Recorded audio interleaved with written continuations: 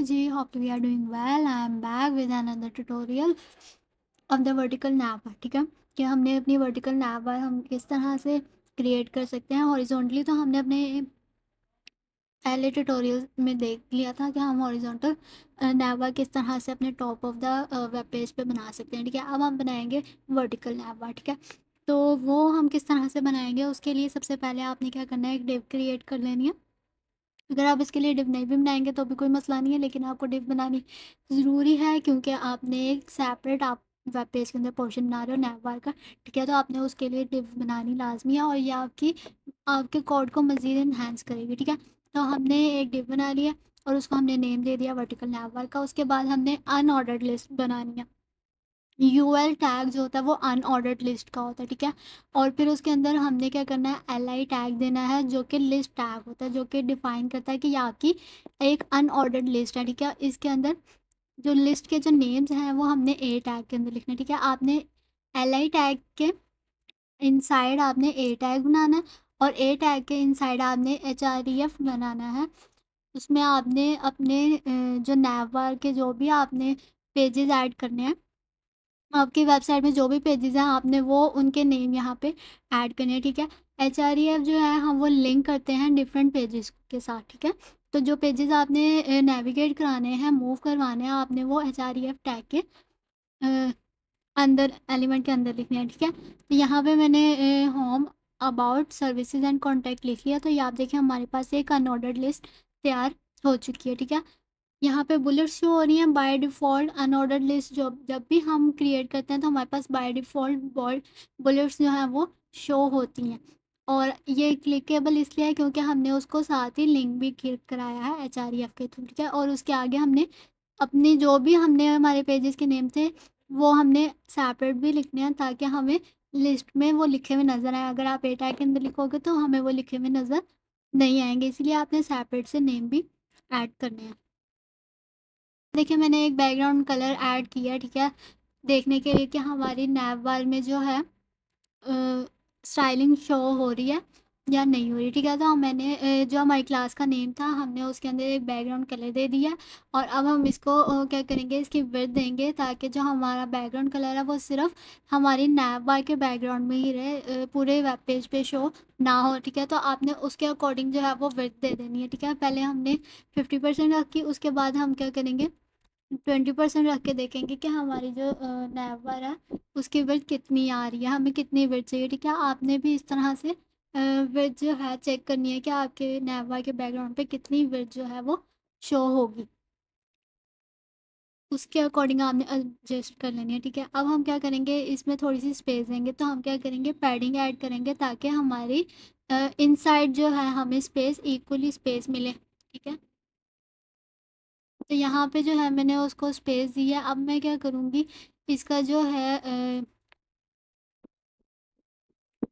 Styling जो हमारे पास ये ब्लू कलर में शो हो रही है, नेम्स जो शो हो रहे हैं, हम इसकी वो चेंज करेंगे। ठीक है, तो हमने क्या करना है, अपने एल आई टैग की जो है स्टाइलिंग करनी है। ठीक है, यहाँ पे अब मैं क्या करती हूँ, आपने स्टाइलिंग करनी है टेक्स्ट की। ठीक है, तो आपने वो लिखा किसके अंदर है, ए टैग के अंदर लिखा हुआ है। ठीक है, तो आपने एल आई और ए दोनों टैग के नेम्स को एक साथ ही लिखना है। ठीक है, जस्ट आपने स्पेस देनी है और आपने ए लिखना है और आपने इसके साथ कुछ भी नहीं करना। ठीक है, तो आप उसको बता रहे हो कि आपने जो ए टैग के अंदर जो हमारा कंटेंट है और ए टैग हमारा किसके अंदर पड़ा है, वो एल आई टैग के अंदर पड़ा है। ठीक है, आपने इसी तरह से एल आई और ए दोनों टैग के नेम्स लिखने हैं और आपने इसकी स्टाइलिंग करनी है। ठीक है, यहाँ पे मैंने टेक्स्ट डेकोरेशन डन किया, उसकी जो अंडरलाइन हमारे पास शो हो रही थी वो रिमूव हो गया। अब मैं इसका कलर ब्लू से चेंज करके ब्लैक या वाइट रख सकती हूँ, तो आपने भी उसके अकॉर्डिंग ही कलर सेलेक्ट करके रखना है। ठीक है, तो यहाँ पे मैंने इसका कलर दे दिया वाइट। अब मैं इसकी बुलेट्स जो हैं वो बुलेट्स को ख़त्म करूँगी। तो बुलेट्स हम किस तरह से ख़त्म करेंगे, अब हमने क्या करनी है, अपनी बुलेट्स ख़त्म करनी है, तो उसके लिए हम क्या करेंगे, अपने जो हमारे पास यू एल अनऑर्डर्ड लिस्ट है उसमें हम उसकी टाइप दे देंगे नन, कि हमें कोई भी टाइप जो है वो तो नहीं हम क्या चाहिए करेंगे, है। अपने यू एल टैग के अंदर लिस्ट स्टाइल टाइप जो है उसको नन कर देंगे कि हमें कोई भी टाइप नहीं चाहिए। ठीक है, तो अब आप यहाँ पे देखो कि हमारे पास जो है लिस्ट स्टाइल टाइप क्या आ रही है, बुलेट्स हमारे पास रिमूव हो गई हैं, ठीक है। आप देखो उसमें मार्जिन कितनी आ रही है, स्पेस कितनी मार्जिन शो हो रही है। स्पेस हमें चाहिए जो है वो बहुत ज़्यादा है, ठीक है। तो हम उसके लिए क्या करेंगे, मार्जिन और पैडिंग उसको ज़ीरो दे देंगे ताकि हमारी जो अनयूजुअल स्पेस है वो ख़त्म हो जाए, ठीक है। तो इसके लिए हमारे देखो वो हमने मार्जिन पैडिंग ज़ीरो दी है, तो वो क्या हो गया, बिल्कुल लेफ़्ट आ गया, कोई भी स्पेस वहाँ पे नहीं है, ठीक है। तो अब हमने क्या करना है, इसकी विड्थ आपको देखें कि अगर वो जब स्पेस खत्म हुई तो ज़्यादा एक्स्ट्रा हो गई थी, तो हमने उसके अकॉर्डिंग फिर से अपनी विड्थ जो है वो सेट कर दी है, ठीक है। तो अब हम क्या करेंगे, अब हम इसको थोड़ी सी स्पेस देंगे, ठीक है। इनके टेक्स्ट के अंदर लाइनिंग में थोड़ी सी स्पेस देंगे, ठीक है। तो वो स्पेस हम किस तरह से देंगे, सबसे पहले हम इसको देंगे एल टैग के अंदर, हम उसे डिस्प्ले ब्लॉक दे दिया हमने, ठीक है। और हम इसमें अब क्या करेंगे, पैडिंग देंगे, ठीक है। पैडिंग हमने दे दी उसको, आपने ज़्यादा स्पेस मार्जिन नहीं देना, आपने थोड़ी सी स्पेस ही देनी है, ठीक है। तो हम इसको 5 पिक्सल्स जो है वो पैडिंग दे देंगे। तो ये पेज रिफ्रेश किया तो अब आप भी देखिए ये कितनी कूल लग रही है, देखने में लग रही है ना। इसी तरह से कूल वेबसाइट जब आपने अपनी वर्टिकल नैव बार बनानी है तो आपने उसका स्क्रीनशॉट लेके हमारे कमेंट सेक्शन में ज़रूर भेजना है कि आपने कितनी कूल जो है वो वर्टिकल नैव बार जो है वो बनाई है, ठीक है। तो अब हम क्या करेंगे, हम इसके अंदर हेडिंग ऐड करेंगे, ठीक है। तो डिव के अंदर ही हमने क्या किया है, एक हेडिंग अपनी ऐड कर दी, ठीक है। मैं इसमें लिख रही हूँ माय वर्टिकल नैवा, ठीक है।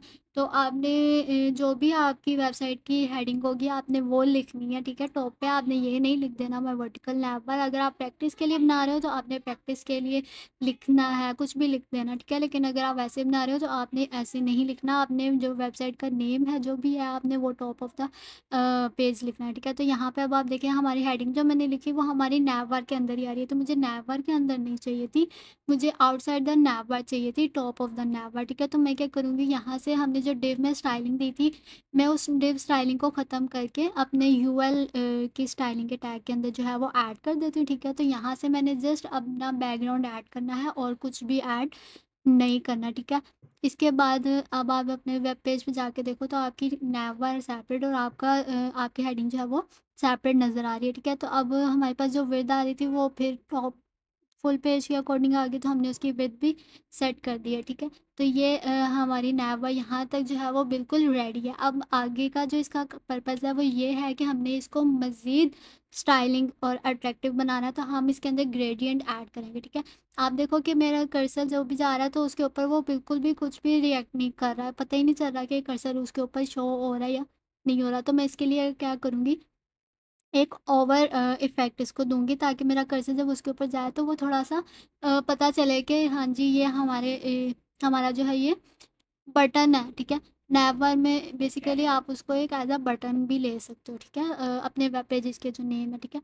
तो उसमें क्या करना है, मैंने इसको कलर दे दिया ब्लैक, ठीक है, ताकि मैं जब अपना कर्सर लेके जाऊँ तो हमारे पास कलर वैसे तो ब्लैक है लेकिन ओवर इफेक्ट में भी आपने उसको देना होता है, ठीक है। तो हमारे पास वैसे कलर वाइट है, जब आप उस पे ओवर करोगे तो मुझे उसका कलर जो है वो ब्लैक चाहिए फ़ॉन्ट का, और जो बैकग्राउंड कलर है वो मैंने वाइट रख दिया, ठीक है।